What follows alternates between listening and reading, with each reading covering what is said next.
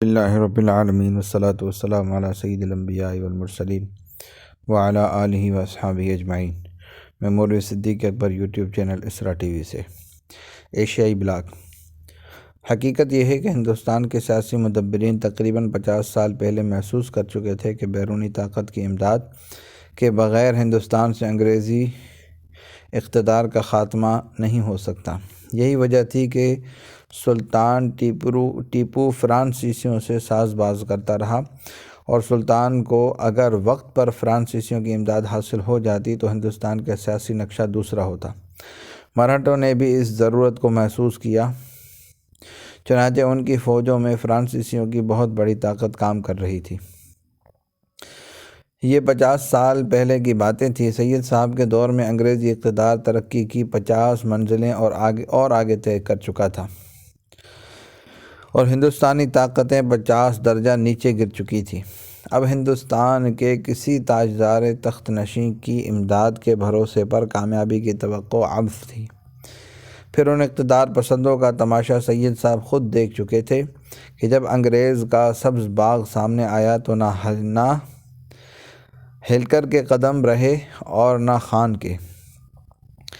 اس وقت جو ہندوستان کا سب سے بڑا اور سب سے مضبوط جنگ جو حکمران تھا، پنجاب و ملتان و سندھ کی پوری طاقت جس کی زیر نگیں تھی، اس نے بھی ان کو یہی مشورہ دیا: صاحبان کمپنی سے جنگ کرنا غلط ہے، ریاست لو اور چین کرو۔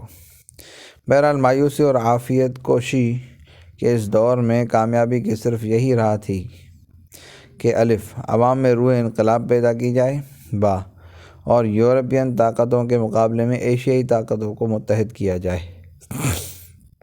مذہبی عنوان: حضرت شاہ ولی اللہ صاحب کے اصول کے مطابق ایشیائی طاقتوں کا یہ اتحاد اقتصادی مسائل کی بنیاد پر ہونا چاہیے تھا، مگر اس وقت تک اقتصادی مسائل میں اتنی کشش نہیں پیدا ہوئی تھی کہ ان کی بنیاد پر روح انقلاب پیدا کی جا سکتی۔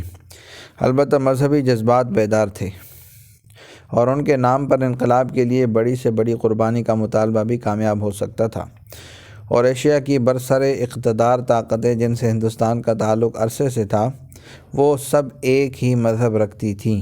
لہذا سیاسی انقلاب اور ایشین اتحاد کے لیے مذہبی عنوان کا راستہ مختصر بھی تھا، اور اس سے کامیابی کی توقع بھی زیادہ تھی۔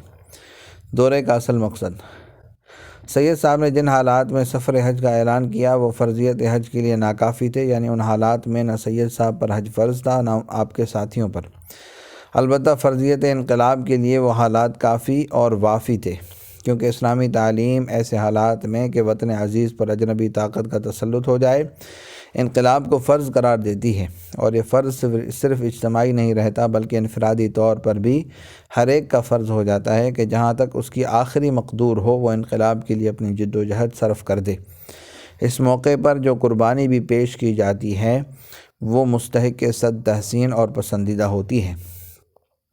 ایک مسلمان کے لیے یہ جائز نہیں کہ وہ بال بچوں کو بھوکا پیاسا چھوڑ کر بلا کسی ساز و سامان کے حج ادا کرے، ادائے حج کے لیے گھر سے نکل کھڑا ہو، لیکن اگر وہ انقلابی مقصد کے لیے ایسا کر رہا ہے تو اس کا ہر ایک قدم مبارک اور اس کی ہر ایک قربانی باعث اجر عظیم ہے۔ اب وہ گرد بھی مقدس ہے جو اس کے پیروں پر پڑتی ہے، اور وہ غبار بھی توتیہ چشم سعادت ہے جس سے اس کے کپڑے میلے ہوتے ہیں۔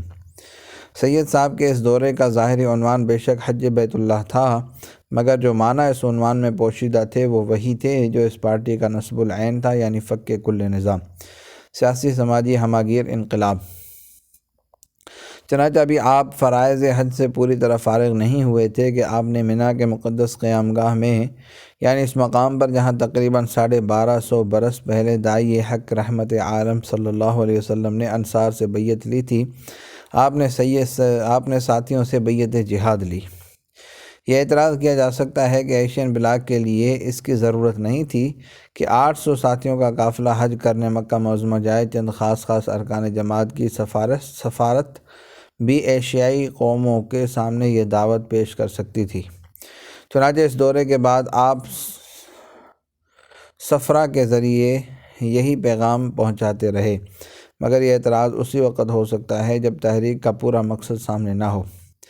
تحریک کا اہم ترین مقصد یہ تھا کہ سیاسی انقلاب کے ساتھ سماجی انقلاب بھی کیا جائے تاکہ نظریہ فک کل نظام کی تکمیل ہو اور انقلاب کے بعد حکومت ایسے ہاتھوں میں پہنچے جو اصلاح یافتہ ترقی پذیر سماج کے کامیاب معمار ثابت ہوں۔ یہ 800 ساتھیوں کا قافلہ محض سیاسی قسم کا مظاہرہ نہیں تھا بلکہ در حقیقت اصلاح و تربیت کا نہایت کامیاب ذریعہ تھا۔ یہ گویا چلتا پھرتا اصلاحی آشرم تھا جس کا ہر ایک ممبر خود بھی تربیت پا رہا تھا اور اپنے دیکھنے والوں کو بھی متاثر کر رہا تھا۔ مولانا عبید اللہ سندھی رحمہ اللہ کا ارشاد ہے، امام عبدالعزیز نے سید احمد شہید کے بورڈ کو پہلی دفعہ 1231 ہجری میں بیعت طریقت لینے کے لیے اور دوسری دفعہ 1236 ہجری میں بیعت جہاد لینے کے لیے دورے پر بھیجا۔ اس کے بعد سارے قافلے سمیت حج پر جانے کا حکم دیا تاکہ ان کی تنظیمی قوت کا تجربہ ہو جائے۔ دوسرے دورے کے مختصر حالات۔ اس تمہید کے بعد دوسرے دورے کی تھوڑی سی تفصیل ملاحظہ فرمائیے۔ کانپور، کوڑا جہاں آباد، قصبہ مجھاون، کھجوا، فتح پورہ اور قصبہ ڈلمئو کے باشندے حضرت سید صاحب کے قافلے کو ایک عرصے سے دعوت دے رہے تھے۔ سید صاحب نے پہلے ان کا تقاضا پورا کیا اور ان مقامات کا دورہ فرما کر اپنے وطن رائے بریلی تشریف لے آئے۔ اس مختصر دورے میں بڑے دورے کے لیے رفقا فراہم کیے گئے اور اس کے مقاصد بھی سمجھائے گئے۔ آخر شوال 1236 ہجری 1821 عیسوی روز دوشنبہ آپ دوسرے دورے کے لیے اپنی خانقاہ تقیہ شاہ علم اللہ سے روانہ ہوئے۔ ساتھیوں کی تعداد 400 تھی اور کل قافلے کا خرچ آپ کے ذمے تھا۔ تقیہ سے نکل کر سب سے پہلے سی ندی پابوسی کے لیے حاضر تھی۔ آپ نے ندی پار کی، دوسرے کنارے پر پہنچے، جو لوگ پہنچانے گئے تھے ان کو رخصت کیا۔ آپ کے خزانچی مولانا محمد یوسف صاحب کی تحویل میں جو کچھ تھا اس کا جائزہ لیا۔ کچھ اوپر 100 روپے تھے۔